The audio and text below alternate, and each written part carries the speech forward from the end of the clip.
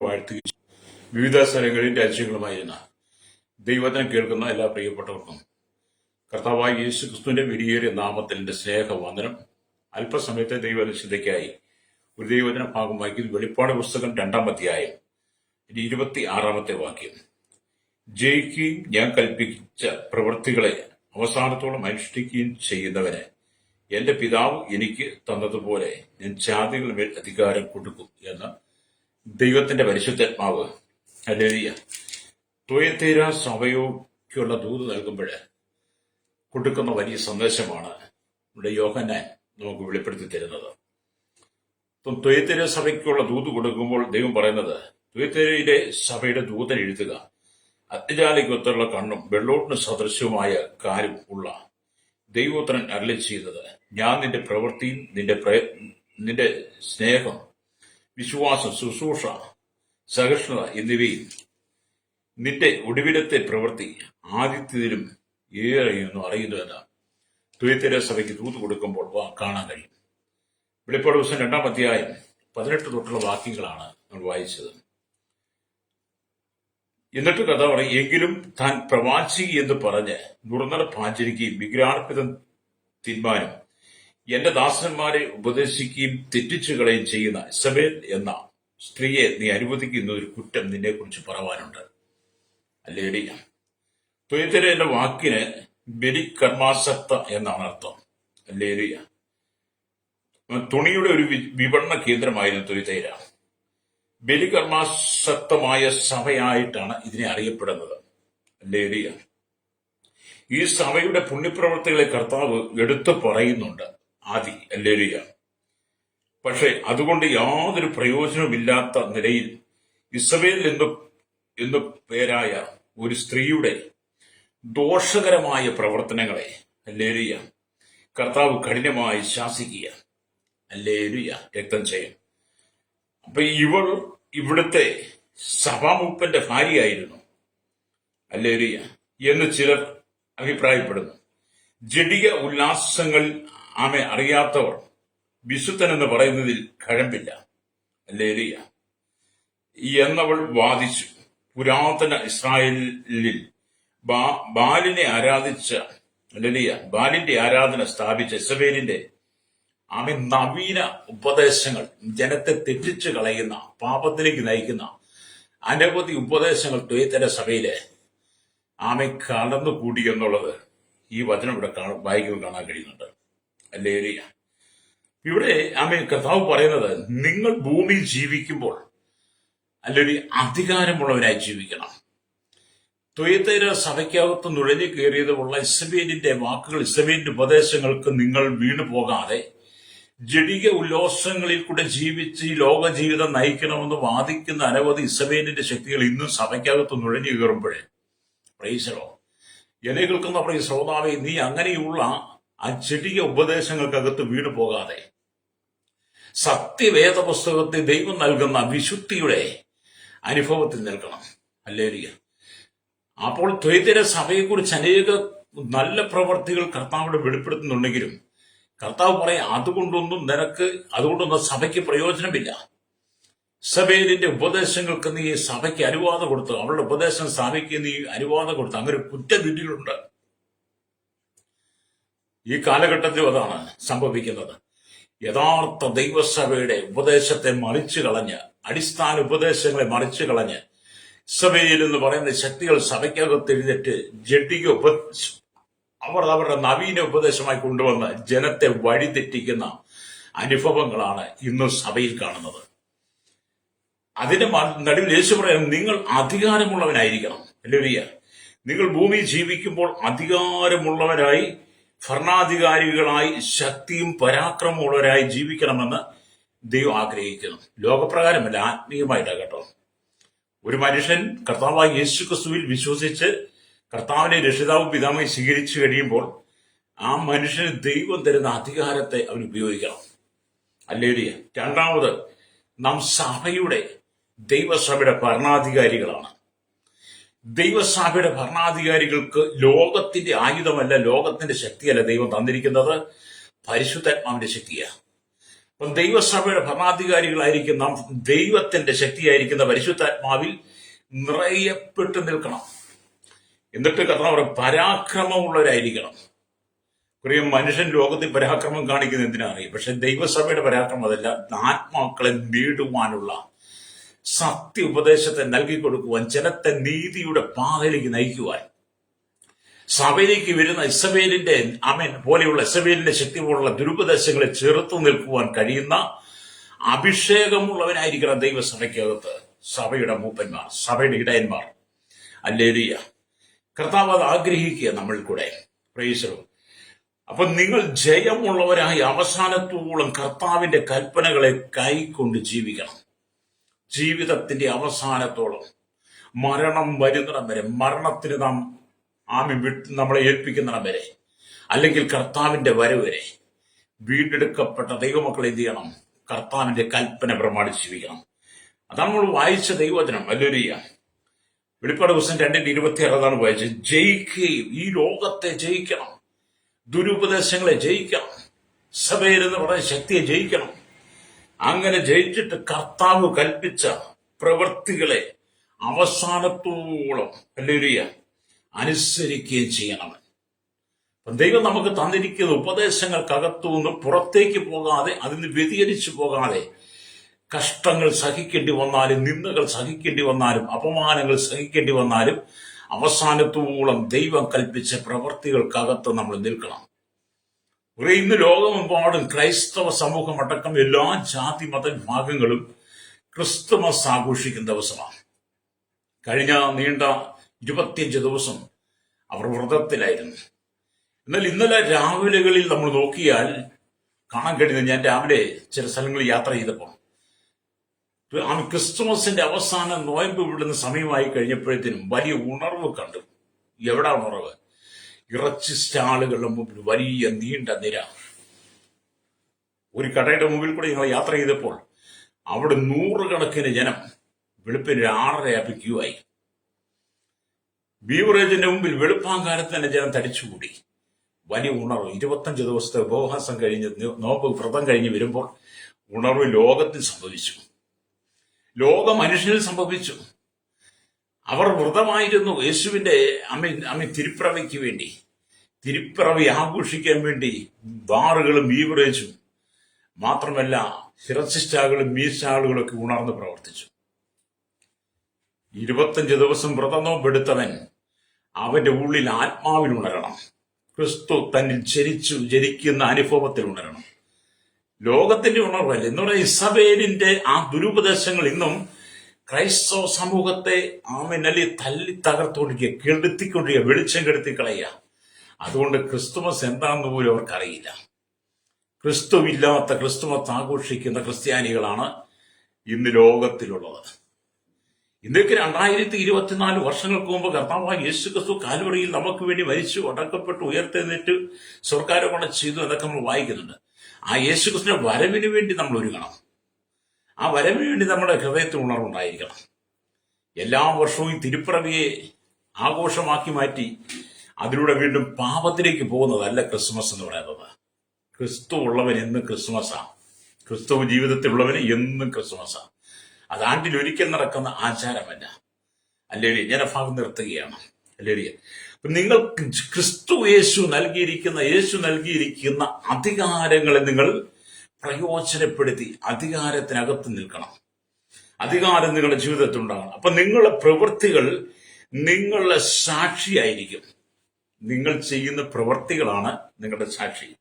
അപ്പൊ യേശു പറയുന്നത്, ജയിക്കുകയും ഞാൻ കൽപ്പിച്ച പ്രവൃത്തികളെ അവസാനത്തോട് അനുഷ്ഠിക്കുകയും ചെയ്യുന്നവന് എന്റെ പിതാവ് എനിക്ക് തന്നതുപോലെ, പിതാവ് ദൈവം യേശു ക്രിസ്തു നൽകിയതുപോലെ ഹല്ലേലൂയ ഞാൻ ജാതികളുടെ മേൽ അധികാരം നൽകും.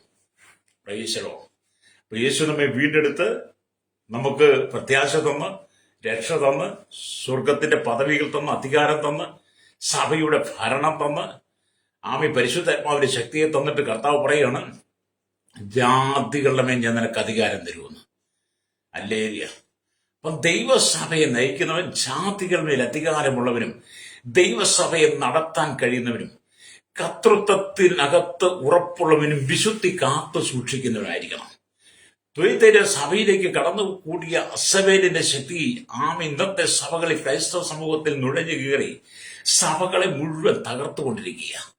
അതുകൊണ്ടാണ് ഈ ആചാരങ്ങളും അനുഷ്ഠാനങ്ങളും കർമ്മങ്ങളും ഒക്കെ മനുഷ്യൻ ആചരിച്ചു കൊണ്ടിരിക്കുന്നത്. എന്നെ കേൾക്കുന്ന പ്രിയ സ്നേഹിത, നീ ദൈവത്താൽ തെരഞ്ഞെടുക്കപ്പെട്ടവനാ. എന്നെ കേൾക്കുന്ന മാതാവേ പിതാ, നീ ദൈവത്താൽ തെരഞ്ഞെടുക്കപ്പെട്ടവനാണ്. കർത്താവ് നിന്നെ അധികാരമുള്ളവനായിട്ട് തെരഞ്ഞെടുത്തത്. നിന്റെ സഭയുടെ ഭരണകർത്താവായിട്ട് തെരഞ്ഞെടുത്തത്. കർത്താവ് നിനക്ക് പരിശുദ്ധാത്മാവിന് ശക്തി തന്ന് നിന്നെ തെരഞ്ഞെടുത്തത്. സഭയ്ക്ക് വേണ്ടി ഒരു പരാക്രമശാലിയായി നീ നിൽക്കണമെന്നാണ് ദൈവം ആഗ്രഹിക്കുന്നത്. അതിന്റെ ജീവിതകാലം മുഴുവൻ അവസാനത്തോളം യേശു കൽപ്പിച്ച പ്രവർത്തികളെ അതോടെ അനുസരണമുള്ളവനായിരിക്കണം. പ്രൈസലോ. അതാണ് ദൈവത്തിന്റെ വചനം. അപ്പൊ നിങ്ങൾ സാക്ഷികളായിരിക്കണം എന്നാ ദൈവത്തിന്റെ വചനം പറയുന്നത്. ഇവിടെ ദൈവവചനം വായിക്കുമ്പോൾ കാണുന്നുണ്ട്, എപ്പോൾ നിങ്ങളുടെ പ്രവൃത്തികൾ സാക്ഷ്യമായി വിളങ്ങും. നിങ്ങളെ വീണ്ടെടുത്ത കർത്താവിന്റെ സന്നിധിയിൽ നിങ്ങൾ ദൈവം നൽകിയിരിക്കുന്ന കൽപ്പനകൾ, ചട്ടങ്ങൾ, പ്രമാണങ്ങൾ അനുസരിച്ച് ജീവിച്ചെന്ന് നിങ്ങൾ കർത്താവിന്റെ സാക്ഷികളായി മാറും. ചിലരോടൊക്കെ ചോദിച്ചവരോട് ഞങ്ങൾ എന്നും കർത്താവിന്റെ സാക്ഷിയാന്ന് പറയും. എന്നും ഞങ്ങൾ കർത്താവിന്റെ സാക്ഷിയെന്ന് പറയുകയും ചെയ്യും. അല്പം മാറിക്കഴിയുമ്പോൾ അവരുടെ സ്വഭാവം മാറുകയും ചെയ്യും. അതാണ് ഇവരുടെ എല്ലാം പ്രവൃത്തി. കർത്താവ് ചോദിക്കുക, നീ എന്നാണ് എനിക്ക് വേണ്ടി സാക്ഷിയായി മാറുന്നത്? എന്നാണ് നീ എന്റെ കൽപ്പനകളെ, ഞാൻ കൽപ്പിച്ച പ്രമാണങ്ങളെ നീ അനുസരിക്കുന്നത്? ഞാൻ കൽപ്പിച്ച പ്രമാണങ്ങളെ നീ അവസാനത്തോളം അനുഷ്ഠിച്ച് നിന്നെങ്കിൽ മാത്രമേ എനിക്ക് ജാതികളുടെ നിന്റെ മേൽ അധികാരം നൽകാൻ പറ്റത്തുള്ളൂ. ജാതികളെ നാമെ നയിക്കുവാൻ, ജാതികളെ ദൈവസ്ഥയിലേക്ക് കൊണ്ടുവരുവാൻ ഞാൻ എന്റെ ആത്മാവിനെ നിന്റെ മേൽ പകരാൻ ആഗ്രഹിക്കുന്നു. എന്റെ ആത്മാവിനെ നിന്റെ മേൽ പകർന്ന ശക്തിയാൽ നീ ഒരു പരാക്രമശാലിയെ പോലെ, ഹല്ലേലൂയ, നീ എനിക്ക് വേണ്ടി സാക്ഷിയായി തീരണമെന്ന് യേശു പറയുന്നത്. ഹല്ലേലൂയ. പക്ഷെ നമ്മുടെ ജീവിതം എത്രമാത്രം പരാജയമാണെന്നോർത്തേ. നമുക്കിന്നും കർത്താവിന്റെ സാക്ഷ്യമായി ഇപ്പൊ കഴിയുന്നുണ്ടോ? ഹല്ലേലൂയ. ഞാനത് പറയുമ്പോൾ ഒരുപക്ഷെ എന്നെ കേൾക്കുന്ന ചോദിക്കും, പ്രസംഗിക്കുന്ന പാസ്റ്റർ കർത്താവിന്റെ സാക്ഷിയായി നിൽപ്പാൻ കഴിയില്ലായിരിക്കും, ഞങ്ങളൊക്കെ നിൽക്കുന്നുണ്ടെന്ന് അവർ പക്ഷെ പറഞ്ഞേക്കാം. ശരി, നിങ്ങളെ കാണുമ്പോൾ തന്നെ അറിയാതെ, നിങ്ങളെ കാണുമ്പോൾ, നിങ്ങളുടെ മുഖം കാണുമ്പോൾ തന്നെ എനിക്ക് മനസ്സിലാകും നിങ്ങൾ കർത്താവിന്റെ സാക്ഷിയായി നിൽക്കുന്നതാണ്. കർത്താവിന്റെ സാക്ഷിയായി നിൽക്കുന്ന പറഞ്ഞാൽ ഈ ലോകത്ത് നീ വേറിട്ട് നിൽക്കണം. സംഖ്യാപുസ്തകം വായിക്കും, ഇതാ തനിച്ചു മാർക്കുന്ന ഞാൻ ജാതികളോടുകൂടെ എണ്ണപ്പെടുന്നില്ലെന്ന് സംഖ്യാപുസ്തകം 23 വായിക്കുന്നുണ്ട്. അത് കർത്താവിനെ രക്ഷകരായി സ്വീകരിച്ചു കഴിയുമ്പോൾ ലോകത്തിൽ നീ വേറിട്ടിരിക്കണം. ലോകത്തിന്റെ ആചാരങ്ങൾ നീ മാറി നിൽക്കണം. ലോകത്തിന്റെ ഇഷ്ടങ്ങൾ നീ മാറി നിൽക്കണം. ഹല്ലേലൂയ. അതാണ് തുയത്തേര സഭയെക്കുറിച്ച് പറയുമ്പോൾ, തുയത്തേര എന്ന വാക്കിന്റെ അർത്ഥം തന്നെ ബലികർമാസക്ത സഭയെന്നാണ്. എല്ലാവിധ ബലികളും കർമ്മങ്ങളും ഉണ്ടായിരുന്നു. നിന്റെ സഭയ്ക്കകത്തങ്ങളുടെ ദുരുപദേശങ്ങൾ കടന്നുകൂടരുത്. നിന്റെ സഭയിൽ, ഇനി ഒന്നുകൂടെ പറഞ്ഞ, നീ ആകുന്ന, നിന്റെ കൂടാരമാകുന്ന നിന്റെ ശരീരത്തിനകത്ത് ബലികർമാസക്തമായ പ്രവർത്തികൾ, ഇസബേലിന്റെ ഉപദേശങ്ങൾ നിന്റെ ഉള്ളിലും നിന്റെ കുടുംബത്തിലും നിന്റെ മക്കളും നിന്റെ സഭയ്ക്കകത്ത് തുഴഞ്ഞു കയറരുത്. അങ്ങനെ ബലികർമാസക്തമായ പ്രവർത്തികൾക്ക് നീ ഇടം കൊടുക്കുമ്പോൾ, ഇസബേലിന്റെ ഉപദേശങ്ങൾക്ക് നീ ഇടം കൊടുക്കുമ്പോൾ നിനക്ക് കർത്താവിന്റെ സാക്ഷിയായി നിൽപ്പാൻ കഴിയില്ല. അത് കണ്ട് സ്വർഗം ദുഃഖിക്കുക. കർത്താവ് ഇന്ന് നിന്നോട് പറയുന്നത്, ജാതികളുടെ ഞാൻ അധികാരം തരാൻ ആഗ്രഹിക്കും. ഹല്ലേലൂയ. അപ്പൊ കൽപ്പനകൾ നിങ്ങൾ അനുസരിക്കുമ്പോൾ, അവന്റെ കൽപ്പനകളെ ഹല്ലേലൂയ പ്രമാണിക്കുമ്പോൾ ദൈവത്തോടുള്ള സ്നേഹം നമ്മുടെ ജീവിതത്തിൽ വെളിപ്പെടും. ഹല്ലേലൂയ. അതുകൊണ്ട് കർത്താവ് അവന്റെ കൽപ്പനകളൊന്നും ഭാരമുള്ളവയല്ലെന്ന് പറയുന്നത്. കർത്താവിന്റെ കൽപ്പനകൾ നമുക്കൊരു ഭാരമുള്ളവയൊന്നുമല്ല. അതിനെക്കുറിച്ച് വേദപുസ്തകം പറയുന്നത് 1 യോഹന്നാന്റെ ലേഖനം 5-ാം അധ്യായം അതിന്റെ 3-ാം വാക്യത്തിലേക്ക് വരുമ്പോൾ കാണും, അവന്റെ കൽപ്പനകളെ പ്രമാണിക്കുന്നതല്ലോ ദൈവത്തോടുള്ള സ്നേഹം. അവന്റെ കൽപ്പനകൾ ഭാരമുള്ളവയല്ല. ഹല്ലേലൂയ. അപ്പൊ നമ്മൾ എന്ത് ചെയ്യണം? ദൈവത്തിന്റെ അവന്റെ കൽപ്പനകളെ പ്രമാണിക്കുന്നതാണ് ദൈവത്തോട് നാം കാണിക്കുന്ന സ്നേഹം. ദൈവത്തിന്റെ കൽപ്പനകളൊന്നും നമുക്ക് ഭാരമായിട്ട് തന്നിട്ടില്ലെന്ന് ഈ യോഹന്നാൻ തന്നെ നമ്മളോട് പറയുക. അല്ലേ? എന്ന് പറഞ്ഞാൽ ക്രിസ്തുവിന്റെ കൽപ്പനകൾ നിറവേറ്റുവാൻ പ്രയാസമുള്ളവയല്ല. ക്രിസ്തുവിന്റെ കൽപ്പനകൾ നിറവേറുവാൻ, പാലിക്കാൻ പ്രയാസമുള്ളവയല്ല. ഹല്ലേലൂയ. നമുക്ക് പ്രായോഗികമാക്കുവാൻ പ്രയാസമേറിയതോ സാധിക്കാത്തതോ ആയ ഒരു കൽപ്പനയും കർത്താവ് നൽകിയിട്ടില്ല. നമുക്ക് പ്രായോഗികമായ ജീവിതത്തിൽ കൊണ്ടുവരുവാനും അനുസരിക്കാൻ കഴിയാത്തതുമായ ഒരു കൽപ്പനകളും ദൈവം തന്നിട്ടില്ല. കർത്താവ് തന്നിരിക്കുന്ന കൽപ്പനകളെല്ലാം നമ്മുടെ പ്രായോഗികമായ ജീവിതത്തിൽ നമുക്ക് പ്രയോജനപ്പെടുത്താനും അതനുസരിക്കുവാനും കഴിയുന്ന കൽപ്പനകളാണ്. അതൊരു വിശുദ്ധന് മാത്രമേ കഴിയുള്ളൂ. മാനസാന്തരപ്പെട്ടവന് മാത്രമേ കർത്താവിന്റെ കൽപ്പന അനുസരിക്കുവാൻ ഇത് പ്രായോഗികമായ ജീവിതത്തിൽ കൊണ്ടുവരാൻ കഴിയുള്ളൂ. മദ്യപാനം പാടില്ല, പുകവലി പാടില്ല, വെറ്റിലമുറുക്ക് പാടില്ല, പാൻമസാലകൾ പാടില്ല, മയക്കുമരുന്നുകൾ പാടില്ല, തുളസിപ്പാക്കൾ പാടില്ല, തമ്പാക്ക് പാടില്ല എന്നു വേണ്ട സകല അശ്ലീലമായ പ്രവൃത്തികളും പാടില്ല എന്ന് കർത്താവ് നമ്മോട് പറയുന്ന കൽപ്പന അത് നമുക്ക് പ്രായോഗിക ജീവിതത്തിൽ കൊണ്ടുവരാൻ പറ്റും. അതിനോടനുസരിക്കുന്നവനാണ് യഥാർത്ഥ വിശുദ്ധൻ. അവനാണ് യഥാർത്ഥമായി കർത്താവിന്റെ സാക്ഷ്യമായി മാറുന്നത്. അല്ലാതെ ബീവറേജിന്റെ മുമ്പിൽ പോയി നിൽക്കുന്നവനും കള്ളുഷാപ്പിന് മുമ്പിൽ പോയി നിൽക്കുന്നവനും സഭയ്ക്കകത്ത് അടി കൂടുന്നവനും പ്രശ്നം ഉണ്ടാക്കുന്നവനും ദുരുപദേശങ്ങൾക്ക് ഇടം കൊടുക്കുന്നവനും ഇസബേലിന്റെ ശക്തിക്ക് പിന്നാലെ പോകുന്നവനും അല്ല കർത്താവിന്റെ സാക്ഷി എന്ന് പറയുന്നത്. ഇന്നത്തെ സഭയ്ക്കകത്ത് പോലും വിശുദ്ധന്മാരെ ഇസബേലിന്റെ ശക്തിയിൽ കുടുങ്ങി ആമയ്ക്ക് ദൈവത്തിന്റെ കൽപ്പനകൾ ഭാരമുള്ളവയാണെന്ന് പറഞ്ഞ് പലരും ഈ ലോകക്കാരോടൊപ്പം ചേർന്ന ബലികർമാസക്തമായ പ്രവൃത്തികൾക്കകത്ത് വഴുതി വീണുപോയി. അലേലിയ രക്തം ചെയ്യും. പ്രൈസലോ, മാനസാന്തരപ്പെട്ട് മടങ്ങി വരണം. അപ്പം ദ്വൈതര സഭയുടെ പുണ്യകർമ്മങ്ങളെ കുറിച്ച് പുണ്യപ്രവർത്തികളെ കുറിച്ച് കർത്താവാദി പറയുന്നുണ്ടെങ്കിലും അവസാനം പറയാം അതുകൊണ്ട് ഒരു പ്രയോജനവുമില്ലെന്ന. എന്നെ കേൾക്കുന്ന മാതാവേ, പിതാവേ, നിന്റെ ജീവിതത്തിൽ നീ ചെയ്യുന്ന പുണ്യകർമ്മങ്ങൾ സൽപ്രവർത്തികളൊക്കെ നല്ലതാണെന്ന് നിനക്ക് തോന്നിയാലും ജാതികൾ ലോകം നിന്നെ കുറിച്ച് പറഞ്ഞാലും കർത്താവിന്റെ നോട്ടത്തിൽ അതുകൊണ്ട് പ്രയോജനമില്ല. കർത്താവിന്റെ നോട്ടത്തിൽ പ്രയോജനമാകണം നീ പൂർണ്ണനായിട്ട് വേർതിരിക്കപ്പെടണം. പൂർണ്ണമായി നീ വേർതിരിക്കപ്പെടണം. യേശു പറഞ്ഞു, ഞാൻ വിശുദ്ധനായിരിക്കുന്നത് പോലെ നിങ്ങളും വിശുദ്ധരാകുവിൻ. 1 പത്രോസിന്റെ ലേഖനം 1-ാം അധ്യായത്തിന്റെ 16-ാമത്തെ വാക്യത്തിലേക്ക് വരുമ്പോൾ നിങ്ങൾക്ക് കാണാൻ കഴിയും. ലേവ്യ പുസ്തകം 19 വായിക്കുമ്പോൾ ലേവ്യ പുസ്തകം വായിക്കും, അവിടെ എല്ലാം കാണുന്നുണ്ട്. കർത്താവ് പറയുകയാണ്, ഞാൻ വിശുദ്ധനായിരിക്കുന്നത് പോലെ നിങ്ങളും വിശുദ്ധരായിരിക്കണമെന്ന്. വിശുദ്ധിയെ കാത്തു സൂക്ഷിക്കുന്നവനാണ് യഥാർത്ഥ ഭക്തൻ. ലേവിയ ഇവിടെ ദൈവത്തിന്റെ വചനം പറയുന്നത് കർത്താവിന്റെ കൽപ്പനകൾ ഭാരമുള്ളവയല്ല. ഇവിടെ കാണുന്നില്ല, അവൻ ശാസ്ത്രിമാരെയും പരീശന്മാരെയും പോലെയുള്ള ഖനമുള്ള ചുവടുകളെ മനുഷ്യരുടെ ചുമരിൽ വെച്ചു കൊടുക്കുന്ന കഠിന ഹൃദയമുള്ളവനല്ല നമ്മുടെ കർത്താവ്. പരീശന്മാരും ശാസ്ത്രിമാരും എന്ത് ചെയ്തു? ജനത്തിന്റെ തൊഴിൽ ഖനമുള്ള ചുവടുകളെ വെച്ചു കൊടുത്തിട്ട് അവരൊരു വിരൽ കൊണ്ടുപോലും തൊടാതെ അവർ പോകുന്ന കാണാൻ കഴിയും. അങ്ങനെയുള്ളവനല്ല നമ്മുടെ കർത്താവ്. നമ്മുടെ മേൽ ഭാരമുള്ള ചുവടുകൾ വെച്ച് തന്നിട്ട് മാറി നിന്ന് ചിരിക്കുന്നവനല്ല നമ്മുടെ കർത്താവ്. കർത്താവ് പറയാ, നിന്റെ ഭാരം എന്റെ മേൽ വെച്ചു കൊടുക്കാൻ ഞാൻ നിന്നെ പുലർത്തുന്ന. പരീശന്മാരും ശാസ്ത്രിമാരും ജനത്തിന്മേൽ ഭാരമുള്ള നുകം ചുവട് വെച്ചു കൊടുക്കും. അവർ അത് ചുമക്കണം. യേശു പറയുക, നിന്റെ ഭാരം എന്റെ മേൽ വെച്ചു കൊടുക്കാൻ ഞാൻ നിന്നെ പുലർത്തുക. നിങ്ങൾ സംഗീതം 55-22 വായിച്ച കാണാൻ കഴിയും. അല്ലേ വരിക. അപ്പം വീണ്ടും ദൈവത്തിന് വചനം പറയുന്നത് അമലി സ്തോത്രം, എന്നാൽ കർത്താവിന്റെ നുകം മൃദുവും അവന്റെ ചുവട് ലഘുവുമാണെന്ന് കാണാൻ കഴിയും. ഒന്നുകൂടെ ഞാൻ ആവർത്തിച്ച് പറയട്ടെ. ശാസ്ത്രിമാരും പരീശന്മാരുടെയും പോലെ കനമുള്ള ചുമടുകളെ മനുഷ്യരുടെ ചുമലിൽ വെച്ചു കൊടുക്കുന്ന കഠിന ഹൃദയമുള്ളവരാണ് പരീശന്മാരെന്ന് മത്തായി സുവിശേഷം 23:4 കാണാൻ കഴിയും. അപ്പോൾ തന്നെ മത്തായി സുവിശേഷം 11:28 വരുമ്പോൾ കാണുന്നുണ്ട്. 30 വരുമ്പോൾ, എന്നാൽ കർത്താവിന്റെ നുകം മൃദുവും ചുമട് ലഘുവ. അത് കനമുള്ള ചുമടുകളെ ദൈവം നമുക്ക് തരത്തില്ല.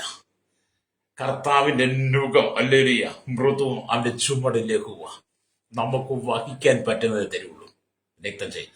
എന്നെ കേൾക്കുന്ന മാതാവേ, പിതാ, നിനക്ക് താങ്ങുവാൻ കഴിയുന്ന, നിനക്ക് വഹിക്കാൻ പറ്റുന്ന ചുമട് ദൈവം നിനക്ക് തരത്തുള്ളൂ. അമിതമായ നുകമൊന്നും, ഭാരമേറിയ നുകമൊന്നും ദൈവം നിന്റെ മേൽ വെക്കത്തില്ല. നിനക്കനുസരിപ്പാൻ കഴിവുള്ള, നിനക്കനുസരിപ്പാൻ പറ്റുന്ന കൽപ്പനകളാണ് ദൈവം നമുക്ക് വചനത്തിൽ തന്നിരിക്കുന്നത്. അപ്പൊ നിങ്ങൾ ഈ വചനത്തിൽ നിൽക്കണം. രക്തം ചെയ്യും. വചനത്തിൽ നിൽക്കുന്നവനാണ് കർത്താവിനെ അനുഗമിക്കാൻ കഴിയുള്ളൂ. അല്ലേലിയ. വീണ്ടും ദൈവത്തിന്റെ വചനം പറയുന്നത്, അല്ലേലിയ, വേറൊരു ഭാരവും ഞാൻ നിങ്ങളുടെ മേൽ ചുമത്തുന്നില്ല എന്ന് മത്തായിയുടെ സുവിശേഷം അല്ലേലിയ 2:24 വായിച്ചാൽ നമുക്ക് കാണാൻ കഴിയും. അപ്പൊ നമ്മുടെ കർത്താവ് നമ്മുടെ മേൽ അമിതമായ ഒരു ഭാരവും ചുമത്തത്തില്ല എന്ന് വചനം പറയുക. അല്ലേലിയ. പ്രൈസറോ. യേശു ദൈവത്തിന്റെ എല്ലാ കൽപ്പനകളും ചട്ടങ്ങളും വചനങ്ങളും യാതൊരു നിബന്ധനയുമില്ലാതെ അനുസരിച്ചു എന്ന് നമുക്ക് കാണാൻ കഴിയും. പിതാവായ ദൈവം തന്റെ പുത്രനായിരിക്കുന്ന യേശുവിനെ ഈ ഭൂമിയിലേക്ക് അയച്ചു കഴിഞ്ഞപ്പോൾ, ആമേൻ, പുത്രനായ യേശു ക്രിസ്തു ഈ ഭൂമിയിലായിരുന്നപ്പോൾ പിതാവിന്റെ കൽപ്പനകളും ചട്ടങ്ങളും വചനങ്ങളും യാതൊരു നിബന്ധനയുമില്ലാതെ അനുസരിച്ച് ദൈവ ഇഷ്ടം ചെയ്തു, ദൈവിക ദൗത്യം പൂർത്തീകരിച്ചു. Price the Lord. ഇന്ന് പകൽ വചനം കേൾക്കുന്ന ശ്രോതാവ്, ഈ ഭൂമി നിങ്ങളായിരിക്കും. പിതാവ് നമുക്ക് തന്നിരിക്കുന്ന ചട്ടങ്ങളും കൽപ്പനകളും വചനങ്ങളും യാതൊരു നിബന്ധനയും ഇല്ലാതെ നീ അനുസരിച്ച് ദൈവത്തോട് നീതി പുലർത്തണം. Price the Lord. അതുകൊണ്ട് കർത്താവ് ആകിയാൽ സകല നാമങ്ങൾക്കും മേലായ നാമം നൽകി നമ്മുടെ കർത്താവ് ഹല്ലേലൂയ യേശു ക്രിസ്തുവിനെ ഉയർത്തിയെന്ന് നമ്മൾ ഫിലിപ്പി ലേഖനം 2-ാം അധ്യായം 9 തൊട്ട് 11 വരെ വാക്യങ്ങൾ വായിച്ചാൽ കാണാൻ കഴിയും. അവിടെ ഇങ്ങനെ ഇരിക്കുന്നു, ഹല്ലേലൂയ, അതുകൊണ്ട് ദൈവവും അവനെ ഏറ്റവും ഉയർത്തി സകല നാമത്തിനും മേലായ നാമം നൽകി, അങ്ങനെ യേശുവിന്റെ നാമത്തിൽ സ്വർലോകരുടെയും ഭൂലോകരുടെയും അധോലോകരുടെയും മുഴങ്കാലൊക്കെയും മടങ്ങുകയും എല്ലാ നാമവും യേശു ക്രിസ്തു കർത്താവെന്ന് പിതാവായി ദൈവത്തിന്റെ മഹത്വത്തിനായി ഏറ്റുപറയുകയും ചെയ്യുമെന്നാണ്. ഹല്ലേലൂയ. അപ്പം പിതാവ് ഏൽപ്പിച്ച സകല വചനങ്ങളും കൽപ്പനകളും നിബന്ധനകളും പ്രമാണങ്ങളും ഒന്നും യാതൊരു നിബന്ധനയും കൂടാതെ അനുസരിച്ച കർത്താവ് ആ യേശുവിനെ പിതാവ് സകല നാമത്തിനും മേലായ നാമം നൽകി ഉയർത്തിയെന്നാണ് ഫിലിപ്പി ലേഖനത്തിൽ നമ്മൾ വായിച്ചത്. ഹല്ലേലൂയ, സ്തോത്രം. ഇവിടെ എന്നെ കേൾക്കുന്ന പ്രശ്നിക്കുന്ന, അവൻ ദൈവത്തോടുള്ള സമത്വം മുറുകെ പിടിച്ചുകൊള്ളണം വിചാരിക്കാതെ ദാസരൂപം എടുത്ത്, ഹല്ലേലൂയ, ആമേലലിയ, ദാസരൂപം എടുത്ത് മനുഷ്യ സാദൃശ്യത്തിലായി തന്നെത്താൻ ഒഴിച്ച് വേഷത്തിൽ മനുഷ്യനായി വിളങ്ങി തന്നെത്താൻ താഴ്ത്തി ക്രൂശിലെ മരണത്തോളം തന്നെ അനുസരണമുള്ളവനായിരുന്നു എന്നാണ്. അപ്പൊ യേശു ക്രിസ്തു ഹല്ലേലൂയ തന്നെത്താൻ ഒഴിച്ചു എന്നൊക്കെ പറയുമ്പോൾ എങ്ങനെയാണ് ക്രിസ്തു തന്നെത്താൻ ഒഴിച്ചത്? കീനോസ് എന്ന ഗ്രീക്ക് വാക്കിന് ഒഴിഞ്ഞ അല്ലെങ്കിൽ ശൂന്യമായ എന്നാണ് അർത്ഥം. ക്രിസ്തു എന്തൊക്കെയാണ് മാറ്റിവെച്ചത്? ഒഴിഞ്ഞവനായി തീർന്നത്. യേശു ക്രിസ്തുവിന്റെ പിതാവിനുള്ള സമത്വം, ഗാംഭീര്യം, പരിവേഷങ്ങളെല്ലാം മനുഷ്യദൃഷ്ടിക്ക് ഒഴിവാക്കി വെച്ച് മനുഷ്യദൃഷ്ടിയിൽ ഹല്ലേലൂയ ഒരു ദാസനെ പോലെ അവൻ ദൈവത്തിന്റെ ഇഷ്ടം ചെയ്യുന്നവനായി വിളങ്ങിയെന്നാണ്. Praise the Lord. ഹല്ലേലൂയ. ക്രൂശിലെ മരണത്തോളം മനസ്സുള്ളവനായി തീർന്നു. ഒടുവിലായി ശാപമരണം ഏറ്റെടുത്ത് കർത്താവിന്റെ താഴ്മയുടെ അഗാധത അളക്കാൻ പറ്റാത്തതാണ്. ഈ താഴ്മ ധരിച്ച് കർത്താവ് ഏറ്റവും ഉന്നതമായ സ്ഥാനത്തെത്തി. ക്രൂശിലെ മരണത്തോളം അനുസരണമുള്ളവനായ കർത്താവാണ്. അവസാനം എല്ലാ നാമത്തിനും മേലായി നാമം നൽകി, അങ്ങനെ യേശുവിന്റെ നാമത്തിൽ സ്വർലോകന്റെ ഭൂലോകന്റെ അധോലോകന്റെ മുഴങ്കാലൊക്കെയും മടങ്ങി എല്ലാ നാവും യേശു ക്രിസ്തു കർത്താവ് എന്ന പിതാവിന്റെ മുഖത്തെ ഏറ്റുപറയുകയും ചെയ്യുന്നത്. അതെ, നാം ദൈവത്തിന് കീഴ്പ്പെടുമ്പോഴാണ്, താഴ്മയിരിക്കുമ്പോഴാണ് കർത്താവ് നമ്മെ ഉയർത്തുവാൻ തുടങ്ങുന്നത്. കർത്താവ് യേശു ക്രിസ്തുവിനെ പിതാവ് ഉയർത്തിയതുപോലെ തന്നെ നിങ്ങൾ ദൈവം ഉയർത്താൻ ആഗ്രഹിക്കുന്നു. നിങ്ങൾ ദൈവത്തിന്റെ കൽപ്പന പ്രമാണിക്കണം.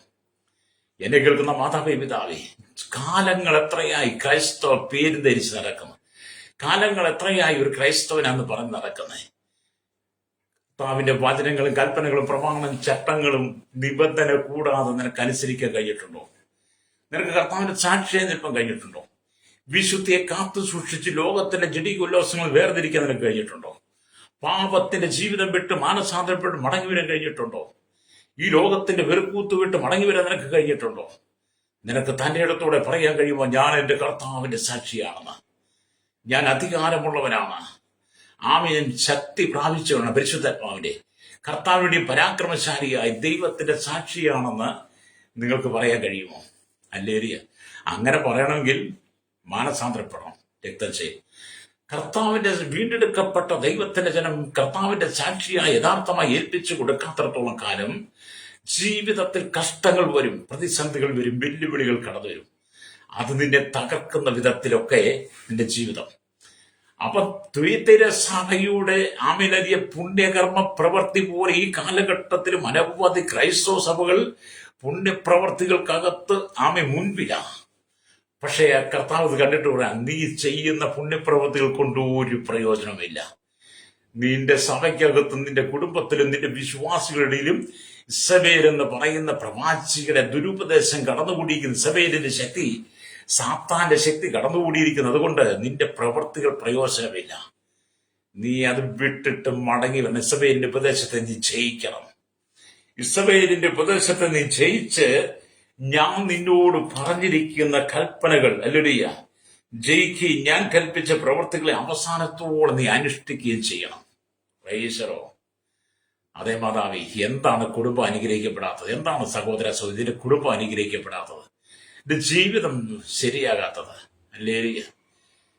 ഞാൻ കഴിഞ്ഞ ദിവസം ഒരു യാത്രയൊക്കെ പോയി രാത്രിയിൽ വളരെ അസ്വസ്ഥനായിട്ട് വന്ന് വീട്ടിലിരിക്കുമ്പോൾ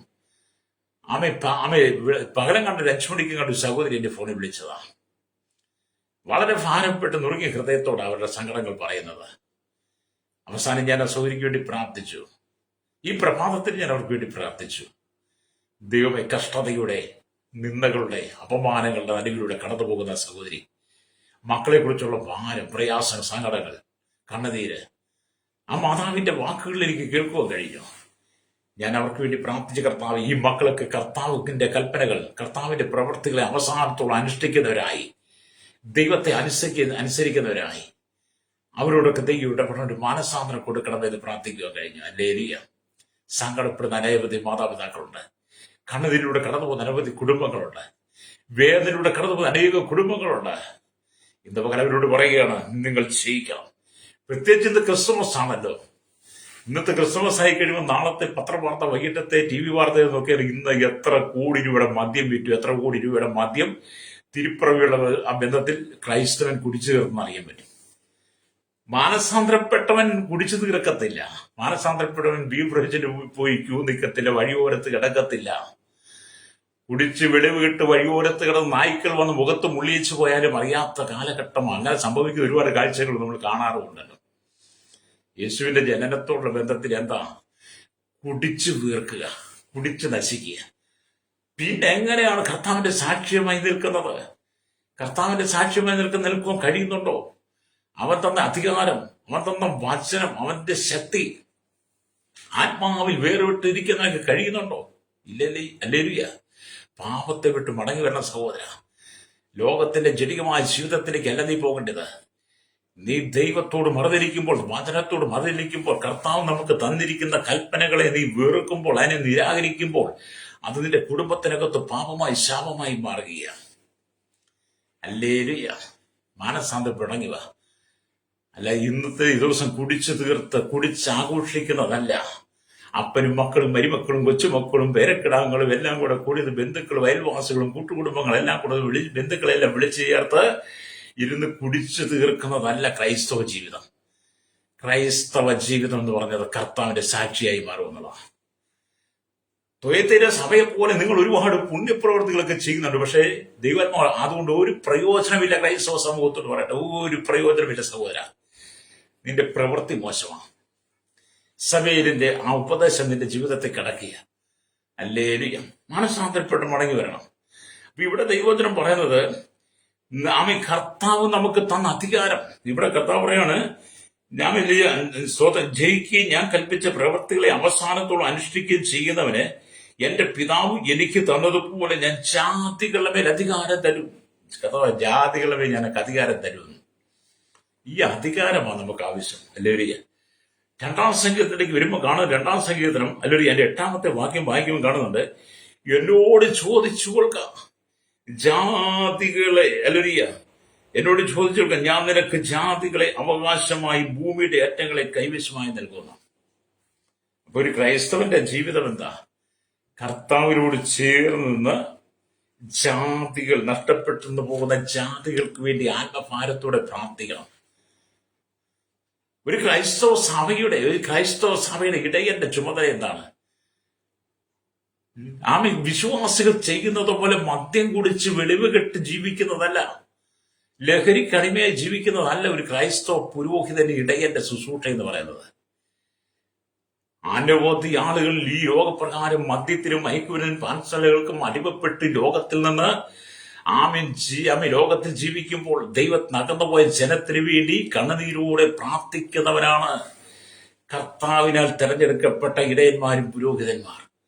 അവർ കർത്താവിന്റെ സാക്ഷികളായി, ജീവനുള്ള സാക്ഷികളായി മാറും. അവിടെ കർത്താവ് എന്നോട് ചോദിച്ചു കൊടുക്കുക, ഞാൻ നിനക്ക് ജാതികളെ അവകാശമായി ഭൂമിയുടെ അറ്റങ്ങളെ കൈവശമായി നൽകുന്നു. എന്താണ് ഈ വാക്യത്തിൽ പറഞ്ഞിരിക്കുന്ന അർത്ഥം? അല്ലേലൂയ. 2-ാം സങ്കീർത്തനത്തിലെ അല്ലേലൂയ, അതിന്റെ 7 തൊട്ടുള്ള വാക്യങ്ങൾ വായിക്കുമ്പോൾ നമുക്ക് മനസ്സിലാക്കാൻ കഴിയുന്നത്, ഞാനൊരു നിർണയം പ്രസ്താവിക്കുന്നു. യഹോവ എന്നോട് അരുളിച്ചത്, നീ എന്റെ പുത്രൻ, ഇന്ന് ഞാൻ നിന്നെ ജനിപ്പിച്ചിരിക്കുന്നു. എന്നോട് ചോദിച്ചോളുക, ഞാൻ നിനക്ക് ജാതികളെ അവകാശമായി ഭൂമിയുടെ അറ്റങ്ങളെ ദൈവശമായി നൽകും എന്ന് പറഞ്ഞത് എന്നെ കേൾക്കുന്ന പ്രിയ പുത്രനായ യേശുവിന്റെ ശബ്ദം, പുത്രനായ അതിലെ ദൈവത്തിന്റെ ശബ്ദം കേൾക്കുന്നു.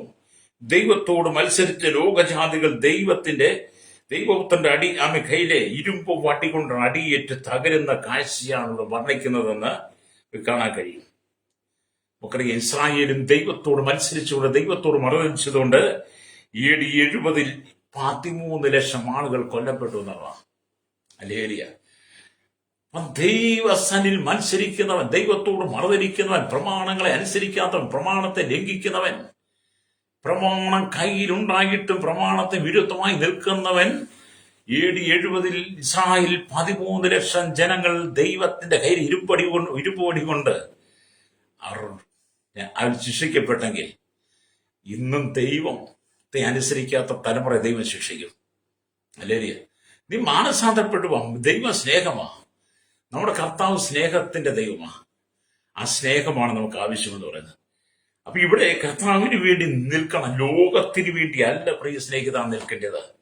ലോകക്കാരെ തൃപ്തിപ്പെടുത്തുന്നതല്ല ക്രൈസ്തവ, ദൈവത്തെ തൃപ്തിപ്പെടുത്തുക. ഹല്ലേലൂയ. നിന്റെ കുടുംബത്തിന്റെ ശാപം മാറുന്നില്ല, കുടുംബത്തിന്റെ കണ്ണുനീരും മാറുന്നില്ല, നിന്റെ മാരകമായ പ്രശ്നങ്ങൾക്ക് പരിഹാരമൊന്നുമില്ല. നിന്റെ ജീവിതം മുഴുവൻ, നിന്റെ അധ്വാനം മുഴുവൻ ഓട്ടസഞ്ചിയിൽ ഇടുന്നത് പോലെയാ. നീ പലതും ചെയ്യുന്നുണ്ട്, ഒന്നും വിജയിക്കുന്നില്ല, എല്ലാത്തിനും നീ പരാജിതനാ. എന്തുകൊണ്ടാ? ദൈവം നിന്നോട് കൽപ്പിച്ച പ്രമാണത്തെ നീ അനുഷ്ഠിക്കാത്തത് കൊണ്ട് നിന്റെ ജീവിതം പരാജയമാ. ഹല്ലേലൂയ. മാനസാന്തരപ്പെട്ട് മടങ്ങി വരണം. ഹല്ലേലൂയ. മാനസാന്തരപ്പെട്ട് മടങ്ങി വന്ന വിശുദ്ധ ജീവിതത്തിനുടമയായി ജീവിക്കുമ്പോഴാണ് ദൈവം നിനക്ക് അഭിഷേകത്തെ പകരുന്നത്. ഹല്ലേലൂയ. അപ്പം തളർന്നു പോയി ശക്തിയില്ലാത്ത ഒരു അനുഭവമല്ല, കാലിടറി വീഴുന്ന ഒരു അനുഭവമല്ല ക്രൈസ്തവ ജീവിതം. പലരും തളർന്നു പോയ അവസ്ഥയിലാണ്, ശക്തിയില്ലാത്ത അനുഭവത്തിലാണ്, തളർന്നുപോയ അനുഭവത്തിലാണ്. ഹല്ലേലൂയ. പലരുടെയും ക്രൈസ്തവ ജീവിതം എന്ന് പറയുന്നത്. എന്ന് പറഞ്ഞ ക്രിസ്ത്യ ജീവിതം വേണ്ട. ചൂടില്ലാത്ത, കുളിരില്ലാത്ത, അലയുന്ന ജീവിതം ഇല്ലാത്ത, ഹല്ലേലൂയ, ഹല്ലേലൂയ, കർത്താവിന്റെ ഹല്ലേലൂയ സ്തോത്രം, അധികാരമുള്ള ശുശ്രൂഷയ്ക്ക് എന്ന് പറഞ്ഞ പലർക്കും പറയുക ക്രിസ്ത്യ ജീവിതം വേണ്ട, ചൂടില്ലാത്ത, കുളിരില്ലാത്ത, അലിയുന്ന ജീവിതം വേണ്ട, കർത്താവിന്റെ അധികാരം പ്രാപിച്ച് ശക്തിയോടുകൂടി നിൽക്കണം. ഈ ഭൂമിയിൽ കർത്താവായ യേശു ക്രിസ്തുവിലൂടെ നാം നിൽക്കുമ്പോൾ അനവിധമായ കഷ്ടനഷ്ട വേദന ദുഃഖങ്ങളൊക്കെ കടന്നു വരും. അത് വേണ്ട എന്നല്ല പറയേണ്ടത്. ഹല്ലേലൂയ. കഷ്ടം കടന്നു വരുമ്പോൾ, പ്രതിസന്ധി കടന്നു വരും, പ്രതികൂലം കടന്നു വരും, സാമ്പത്തിക പരാജയം കടന്നു വരും, നിന്ദകൾ അപമാനങ്ങൾ കടന്നു വരുമ്പോൾ കർത്താവ് അതൊന്നും എനിക്ക് വേണ്ട എന്ന് പറയുവാനല്ല ദൈവം നമ്മൾ പറയുന്നത്. അതെല്ലാം ക്രൈസ്തവ ജീവിതത്തിലുള്ളതാ. അങ്ങനെയുള്ള നിനക്ക് ഭാരമേറിയ പ്രതിസന്ധികൾ ലോകത്തിൽ നിന്ന് കടന്നു വരുമ്പോൾ നീ എന്ത് ചെയ്യണം? കർത്താവിന്റെ അധികാരം പ്രാപിച്ച് ശക്തിയോടെ ജീവിച്ച് കാണിക്കണം. പ്രൈസലോ. വെല്ലുവിളികൾക്കും ഇത് തളരരുത്. അല്ലാതെ ഇത് പ്രശ്നങ്ങൾ വരും, എനിക്കൊന്നും വേണ്ട കർത്താവേ, എനിക്കൊന്നും സഹിക്കാൻ പറ്റത്തില്ല, എനിക്ക് പിടിച്ചെടുക്കാൻ പറ്റത്തില്ല, എന്നെ കൊണ്ട് കഴിയില്ല എന്ന് പറഞ്ഞ് ഓടിപ്പോകുന്നതല്ല ക്രൈസ്തവ ജീവിതം. യേശു ക്രിസ്തു കാണിച്ചത് മാതൃക ജീവിതം. ലോകത്തെ നിങ്ങൾ ഉപേക്ഷിക്കണം, ലോകമോഹങ്ങളെ ഉപേക്ഷിക്കണം, ഇവിടുത്തെ ജഡിക ഉല്ലാസങ്ങളെ നീ അതിന് വിടുതൽ പ്രാപിക്കണം. നിന്റെ കുടുംബത്തിനകത്ത് ശുദ്ധീകരണം വേണം. നിന്റെ കുടുംബത്തിനകത്ത് ശുദ്ധീകരണം ഉണ്ടെങ്കിൽ മാത്രമേ നിന്റെ കുടുംബം അനുഗ്രഹിക്കപ്പെടത്തുള്ളൂ. എങ്കിൽ മാത്രമേ നിത്യതയിൽ പ്രവേശിക്കാൻ കഴിയുള്ളൂ. ചിലരൊക്കെ പറയും, നിങ്ങളൊക്കെ അങ്ങനെയൊക്കെ പ്രസംഗിക്കും, നിങ്ങൾ പ്രത്യേകമായി വചനം കണ്ടുപിടിക്കും, പ്രത്യേകമായ കാര്യങ്ങൾ പ്രസംഗിക്കും, ഞങ്ങൾ കേൾക്കാത്ത ഉപദേശം പറയുന്നത് ഞങ്ങളുടെ പള്ളി പറയാത്തതാണ്, ഞങ്ങളുടെ അച്ഛന്മാര് പറയാത്തതാണെന്ന് നിങ്ങൾ പറയും. അറിഞ്ഞു? പക്ഷെ ഞങ്ങൾ പ്രസംഗിക്കുന്ന വേദപുസ്തകം. നീ ജഡത്തിന്റെ പ്രവൃത്തികളെ ഉപേക്ഷിച്ചിട്ട് ആത്മാവിന്റെ സ്വഭാവമുള്ളവനായിരിക്കണം, ആത്മാവിന്റെ ഫലമുള്ളവനായിരിക്കണം. ലേഖനം 5-18 തൊട്ട് വാക്യങ്ങൾ വായിക്കേണ്ടത് ജഡത്തിന്റെ പ്രവൃത്തി, ദുർനടപ്പ്, ദുഷ്കാമം തുടങ്ങി ഇങ്ങോട്ട് നിന്റെ ജീവിതത്തിൽ നിൽക്കുന്ന സകല ജഡത്തിന്റെ പ്രവൃത്തികൾ ഉപേക്ഷിച്ച് ലേഖനം 5:20 വരുമ്പോൾ കണ്ട ആത്മാവിന്റെ ഫലമായി സ്നേഹ, സന്തോഷം, സമാധാനം, ദയ, ദീർഘക്ഷമ, പരോപകാരം, ഇന്ത്യയും വിശ്വസ്തത നമ്മൾ കാണുന്നുണ്ട്. ആത്മാവിന്റെ ഫലമുള്ളവരായി മാറണം നിങ്ങൾ. അല്ലേരിയ. ഒരു ക്രൈസ്തവൻ എന്നൊക്കെ പറയുന്നത്, ഒരു ക്രിസ്തു വിശ്വാസി എന്നൊക്കെ പറയുന്നത് ആത്മാവിന്റെ സ്വഭാവത്തിൽ, ആത്മാവിന്റെ സ്വഭാവം, ആത്മാവിന്റെ ഫലങ്ങൾ, ആത്മാവിന്റെ വരമുള്ളവനായിരിക്കണം. രക്തം ചെയ്യും. ലോകത്തിൽ നമ്മൾ വേർപെട്ടിരിക്കണം. ലോകത്തിന് വേർപെട്ടിരിക്കണം. ലോകക്കാരോടൊപ്പം കൂട്ടുകൂടരുത്. അതുകൊണ്ട് കർത്താവ് പറയാണ്, ജീവിതത്തിൽ പ്രതിസന്ധികൾ കടന്നു വരുമ്പോൾ അത് വേണ്ട എന്ന് പറഞ്ഞ് ഓടാതെ കർത്താവിന്റെ അധികാരം പ്രാപിച്ച് ശക്തിയോടെ ജീവിക്കണം. ദൈവം മനുഷ്യനെ സൃഷ്ടിച്ചപ്പോൾ എത്രമാത്രം ശക്തിയും ഭരണവും ഉള്ളവരായി സൃഷ്ടിച്ചു. അല്ലേരിയ. ആദമിനെ ഹവ്വയെ സൃഷ്ടിച്ച വളരെ ശക്തിയുള്ളവനായി, വളരെ ജ്ഞാനമുള്ളവനായി, വിവേകമുള്ളവനായി, സുബോധമുള്ളവനായി, അധികാരമുള്ളവനായി, ഒരു ഫർണസ് കർത്താവായി ആദമിനെ ഹവ്വയെ ദൈവം സൃഷ്ടിച്ചു. അല്ലേരിയ. പക്ഷെ പാപം അവന്റെ ജീവിതത്തിൽ വന്നു കഴിഞ്ഞപ്പോൾ അവനുണ്ടായിരുന്ന അധികാരം മുഴുവൻ നഷ്ടപ്പെട്ട് അവസാനം ഏതെങ്കിലും കൂടെ പുറത്തു പോകേണ്ടി വന്നു. അല്ലേരിയ. അപ്പൊ എന്നെ കേൾക്കുന്ന എനിക്ക് സഹോദരൻ, അതുപോലെ അനേക വിശ്വാസികൾക്ക് കർത്താവ് കൊടുത്തിരിക്കുന്ന അധികാരങ്ങളെ കുറിച്ച് അറിയാത്തതിനാൽ അടിമത്തത്തിലും കുറ്റവാളിയുമായി ജീവിച്ചുകൊണ്ടിരിക്കുന്ന മദ്യത്തിനും മയക്കുമരുന്നിനും പഞ്ചസാരകൾക്കും വഴിവിഴച്ച ജീവിതങ്ങൾക്കും അശ്ലീലമായ കാര്യങ്ങൾക്കും അനവധി ക്രൈസ്തവ വിശ്വാസികൾ വീണുകൊണ്ടിരിക്കുന്നു. ആദാമിൽ സംഭവിച്ചു പോയ വീഴ്ച ഇന്നത്തെ തലമുറയിൽ ക്രൈസ്തവ സമൂഹത്തിൽ നിലനിൽക്കുന്നു. അതിൽ നീ മടങ്ങി വരണം, മാനസാന്തരപ്പെട്ട് മടങ്ങി വരണം. അല്ലാതെ നിന്റെ പുണ്യപ്രവർത്തികൾക്കകത്ത് ദൈവം പ്രസാദിക്കുന്ന അതുകൊണ്ട് യാതൊരു പ്രയോജനമില്ലെന്ന് ത്വയ്തൈര സഭയോട് പറഞ്ഞതുപോലെ, അല്ലേലിയ, ദൈവാത്മാവ് പറയാണ്, നിന്റെ ദോഷകരമായ പ്രവർത്തികൾക്കകത്ത് ദൈവം പ്രസാദിക്കുന്നില്ല. മടങ്ങി വരണം. അല്ലേലിയ. അപ്പൊ നിങ്ങളുടെ എല്ലാ വഴികളിലും ദൈവ സാന്നിധ്യം, നിങ്ങളുടെ എല്ലാ വഴികളിലും ദൈവ സാന്നിധ്യം ഉണ്ടായിരിക്കണം. പരിതാപകരമായ അനുഭവത്തിലൂടെ നീ കടന്നുപോയി നിന്റെ ജീവിതത്തെ നീ തകർത്ത് കളയരുത്. അതുകൊണ്ട് നീ കർത്താവിന് വേണ്ടി നിൽക്കണം. അതുകൊണ്ടാണ് സങ്കീർത്തനം 8:6 പറയുന്നത്, അല്ലേ, നിന്റെ കൈകളുടെ പ്രവർത്തികൾക്ക് നീ അവനെ അധിപതിയാക്കി സകലത്തെയും അവന്റെ കാൽ കീഴാക്കിയിരിക്കുന്നു എന്ന്. അല്ലേരിയ. നമ്മൾ കർത്താവിന്റെ സന്നിധിയില് അധികാരത്തോടെ കർത്താവിന്റെ സന്നിധി നിന്ന് കഴിഞ്ഞാൽ ദൈവം നിന്നെ ശക്തമായിട്ട് ഉപയോഗിക്കും. നീ ദൈവം നിനക്ക് തന്ന കൽപ്പനകളെ പ്രമാണിച്ചു നിന്നെ കുടുംബത്തിനകത്ത് ദൈവം ഈ അനുഗ്രഹങ്ങൾ വരുമെന്ന. അല്ലേരിയ. നിങ്ങൾ അനുഗ്രഹത്തിനു വേണ്ടി ഉലകം ചുറ്റി നടക്കുന്ന കുന്നും മലയും കയറിയിറങ്ങി തീർത്ഥാടനം നടത്തി പുണ്യനദികളിൽ കുളിച്ച് ദാനധർമ്മങ്ങൾ ചെയ്ത് നിങ്ങളുടെ ശരീരത്തെ ദണ്ഡിപ്പിച്ച് മുറിവേൽപ്പിച്ച് നിങ്ങൾ തന്നെ നിങ്ങളെ തന്നെ നശിപ്പിക്കേണ്ട. നീ ദൈവത്തിന്റെ വചനമനുസരിച്ച്, ദൈവ കൽപ്പന പ്രമാണം അനുസരിച്ച് നിൽക്കുകയാണെങ്കിൽ, അവൻ കൽപ്പിച്ച പ്രമാണങ്ങൾ അനുഷ്ഠിച്ച് നീ അവസാനത്തോളം നിന്നാൽ, ലേരിയ, നിന്റെ കുടുംബത്തിനകത്ത് അനുഗ്രഹങ്ങൾ ദൈവം അയക്കാൻ തുടങ്ങും. രക്തം ചെയ്യും. നിന്റെ തലമുറകൾ അനുഗ്രഹിക്കപ്പെടാൻ തുടങ്ങും. നിന്റെ കുടുംബത്തിന്റെ ശാപങ്ങൾ മാറും, കണ്ണുനീര് മാറും, രോഗങ്ങൾ മാറും. അനവധി കുടുംബങ്ങൾ മഹാവ്യാധിയാൽ തകർന്നുകൊണ്ടിരിക്കുക. അനവധി കുടുംബങ്ങൾക്ക് സമാധാനമില്ല, സന്തോഷമില്ല. അല്ലേലിയ. എന്തുകൊണ്ടാണ്? ദൈവമായി യാതൊരു ബന്ധവുമില്ല. അവരുടെ വാക്കുകൾ കൊണ്ടും പ്രവൃത്തി കൊണ്ടും ഒക്കെ ദൈവത്തെ അവർ പറയുമെങ്കിലും പക്ഷെ ജീവിതത്തിലൊന്നുമില്ല. അല്ലേലിയ. ജീവിതത്തിനകത്തൊന്നില്ല. നമുക്കറിയാം, ഈ കാമൽ, ഈ സ്തോത്രം, പപ്പായ മരം നിങ്ങൾ കണ്ടിട്ടുണ്ടല്ലോ? പപ്പായ മരം. ഞങ്ങളുടെയൊക്കെ നാട്ടിൽ ഓമയ്ക്ക എന്ന് പറയും, ചില ധർമ്മോസ് എന്ന് പറയും, ചിലടത്ത് ആമയിലെ കപ്പയ്ക്ക എന്നൊക്കെ പറയുന്ന ഓമയ്ക്ക കണ്ടിട്ടുണ്ടല്ലോ. അതുണ്ടാകുന്ന മരം നിങ്ങൾ കണ്ടിട്ടില്ലേ? ഓമയ്ക്ക ഉണ്ടാകുന്ന വൃക്ഷം. അതിന്റെ അകം വെറും പൊള്ളയാ.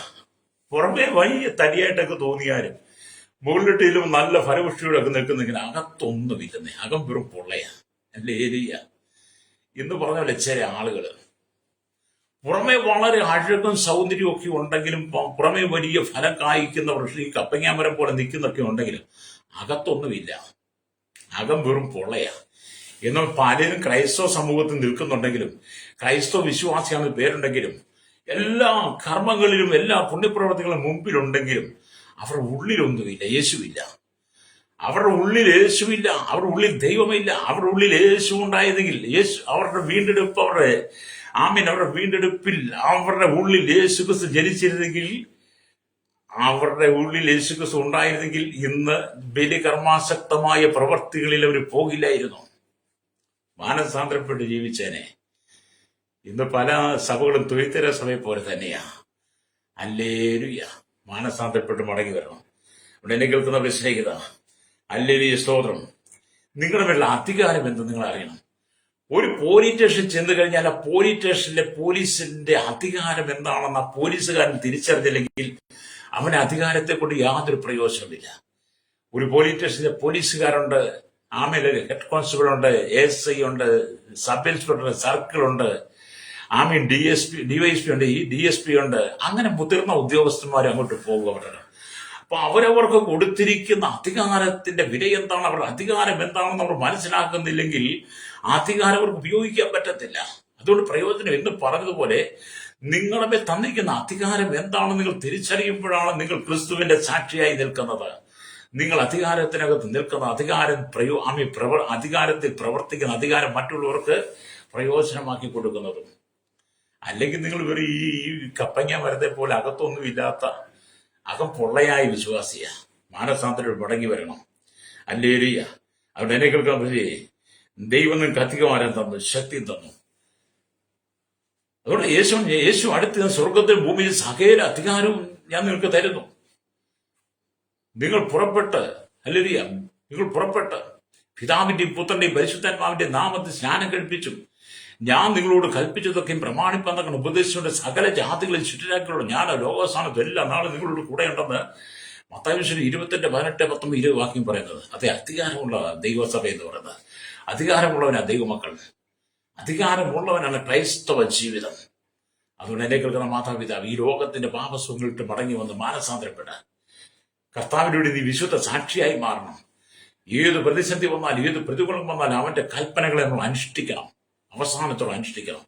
പ്രമാണത്തിനകത്ത് പുറത്തു പോകരുത്. ഈ ലോക സുഖങ്ങളിലേക്ക് നീ പോകരുത്. ക്രൈസ്തവ വേഷഭൂഷാദികൾ അണിഞ്ഞ്, ക്രൈസ്തവ വേഷം ധരിച്ചുകൊണ്ട്, ഭക്തിയുടെ വേഷഭൂഷാദികൾ അണിഞ്ഞുകൊണ്ട് പ്രച്ഛന്ന വേഷധാരികളായി ഞാൻ ക്രൈസ്തവ എന്ന പേര് പറഞ്ഞ് മുദ്ര പറഞ്ഞ് ക്രൈസ്തവൻ പേര് ധരിച്ച് നാമധരിച്ചുകൊണ്ട് കള്ളുഷാപ്പിന് മുമ്പിൽ പോയി നിൽക്കരുത്, ബാറിന് മുമ്പിൽ പോയി നിൽക്കരുത്, ചെട്ടിക ജീവിതം നയിക്കരുത്. നീ മാനസാന്തരപ്പെട്ട് മടങ്ങി വരണം. ഇസബേൽ എന്ന് പറഞ്ഞ ജഡിക ശക്തി, ആ ഉപദേശം നീ വിധേയപ്പെട്ടു പോകരുത്. ഹല്ലേലൂയ. നീ കർത്താവിനെ വേർതിരിക്കപ്പെടണം, വിശുദ്ധ ജീവിതം നയിക്കണം. നീ എപ്പോൾ വിശുദ്ധ ജീവിതം നയിപ്പം നിന്നെ ഏൽപ്പിച്ചു കൊടുക്കുന്നോ അപ്പം നിന്റെ കുടുംബത്തിലെ ശാപം മാറും, നിന്റെ കുടുംബത്തിലെ കണ്ണുനീര് മാറും, നിന്റെ സകല വ്യാധികളും മാറും. ദൈവം നിന്നെ അനുഗ്രഹിക്കാൻ തുടങ്ങും. അത് ഞാൻ നിങ്ങൾക്ക് വേണ്ടി പ്രാർത്ഥിക്കാൻ പോവുകയാണ്.